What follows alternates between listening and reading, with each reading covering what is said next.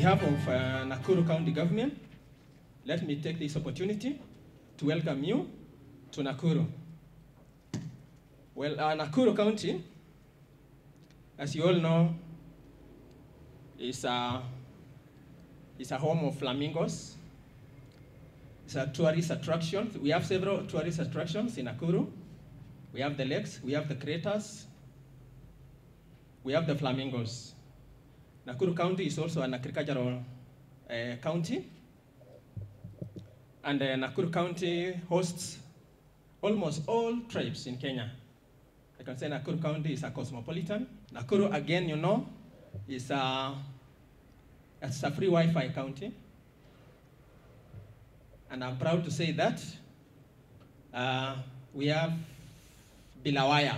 If you go around in town and you see Bilawaya, that is the free Wi-Fi that we have for the county government. Nakuru, we're told, is the fastest growing town in Africa. And I think the 4th in the world. So you can imagine how Nakuru is very attractive to so many investors and so many people. Let me say we've come, to learn what open data is. Basically, from my own point of view, something that is open, it means anyone can see, anyone can access. So, we are here to learn and to know how we can make our data available to the citizen, not just the county citizen, but the entire population in Kenya. We will have a lot of interactions, a lot of discussions about open data, especially during our breakout sessions, where we'll be diving deep to get to know how we can make government data open and easily accessible. My name is Lynette Kwamboka, and I am the project coordinator for the Kenya Open Data Initiative. And the whole idea behind this project, it's been on since 2011, has been to make the government more open, more accessible, more accountable. And again, this project started when we only had the national government, and now we have the county government. And we're saying, how can we encourage the county government to also be open, accessible, accountable, and transparent to the citizens? When you are encouraging people to come and invest in your county, what do you tell them? You know, of course I want to go to Lake Nakuru and see the flamingos, I want to go to the craters, but I want to come and buy land here. Why would I do it? What is it that is going to encourage me to come here? I want to come and set up a factory or manufacturing plant. Why would I come here? Unless we have the right data that can be used by investors, unless we have the right data to encourage people to come, then it is going to be very impossible, because someone asks, why should I come to Nakuru County and not Nyamira County? Why should I not go to Nairobi? Until you can tell them land rates in this place or tax policies in this place are not as favorable, then it becomes very difficult.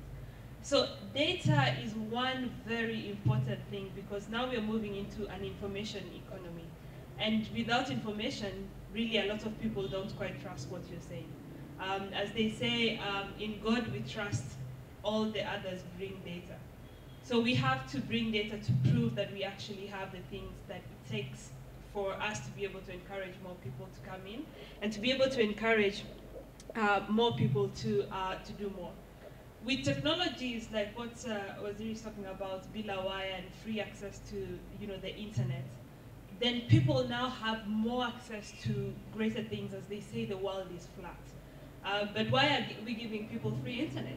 Is it to be on social media, Twitter and Facebook all day, or is it to also improve productivity and on top of conversation?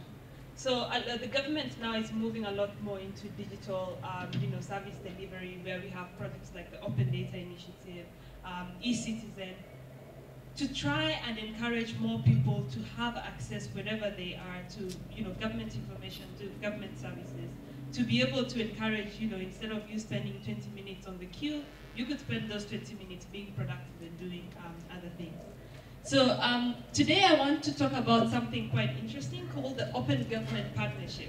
So Kenya signed on to the Open Government Partnership in 2011, and I have seen that the Open Government Partnership now has opened up to counties, and I know that Elgeyo Marakwet County has signed on to onto that, on top of Kenya as a country signing on.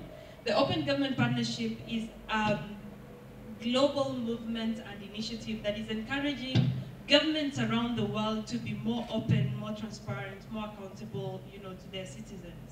So through this initiative that was launched, or that Kenya signed on to in 2012, the key pillars are transparency, being more transparent, to your citizens, accountability, allowing citizens to also come and interact with you.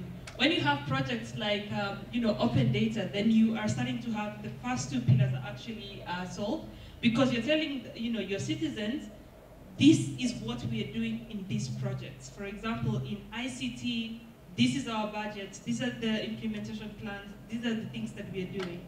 Accountability, you are allowing kind of a feedback mechanism for the citizens. So the citizen can come back and say, we do not understand this, or there is now consultative forums for citizens, especially during budgeting processes, where they can say, why don't you invest more in these areas instead of this? Then we have citizen inclusion, also being able to allow citizens to be part of the processes, and of course use of technology and innovation. And I know a lot of the counties now, and we have about 3 or 4 represented here right now, are putting in place these kinds of mechanisms. I want to take you through some of the principles that we use to guide how you publish data and exactly what you publish. In government, the operational tendency is everything is closed. You don't disseminate anything. You sort of keep everything to yourself. I was at a workshop last week with different government agencies, and one of them actually said, okay, they have data, they have valuable data, they have really good data. One of them actually said, the data is, it's our authority, it's our power. If we share it, then what are we here for?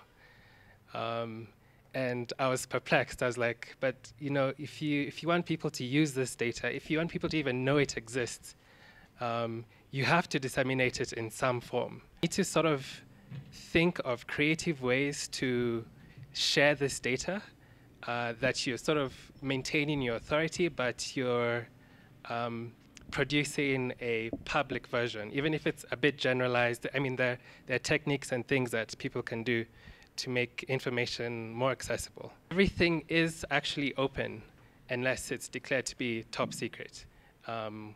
And there's a data protection bill. There are things that can actually tell us what is secret. We started in 2011. This was after the promulgation of the new constitution.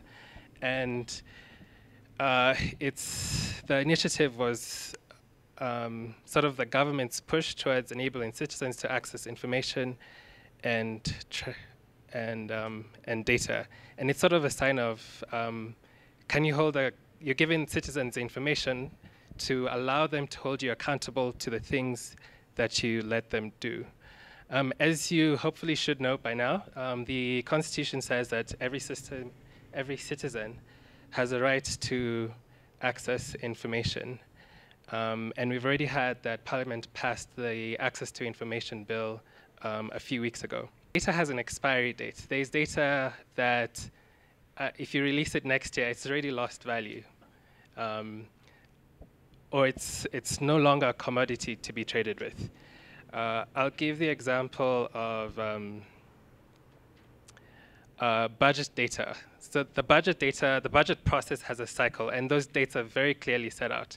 So if you want to engage citizens, you need to give them data in good time. There's also the issue of granularity. When you produce a report or something, the tendency is to aggregate this data and produce top-level figures, say for the whole county. But can we get data for each ward? Do you know how many people are in all the wards or all the constituencies? Do we know what resources do they have? Or do you aggregate and say, 80% of citizens in Nakuru have access to water? Let's get down to the real numbers. Another issue is completeness. Is your data available in bulk? Is it all available, or are you only releasing parts of it? Is your data analyzable? Is it in a raw format? So what we normally do is we publish with CSVs and Excels, in addition to how ministries publish. So say the National Treasury publishes a big document for budget. It's 7,000 pages, it's PDF, you can't analyze it. We go in, we extract all the tables of this data and make one Excel sheet, and we now can generate products. We can analyze, we can do things with that product, which you're not able to do if it's, for example, as a PDF.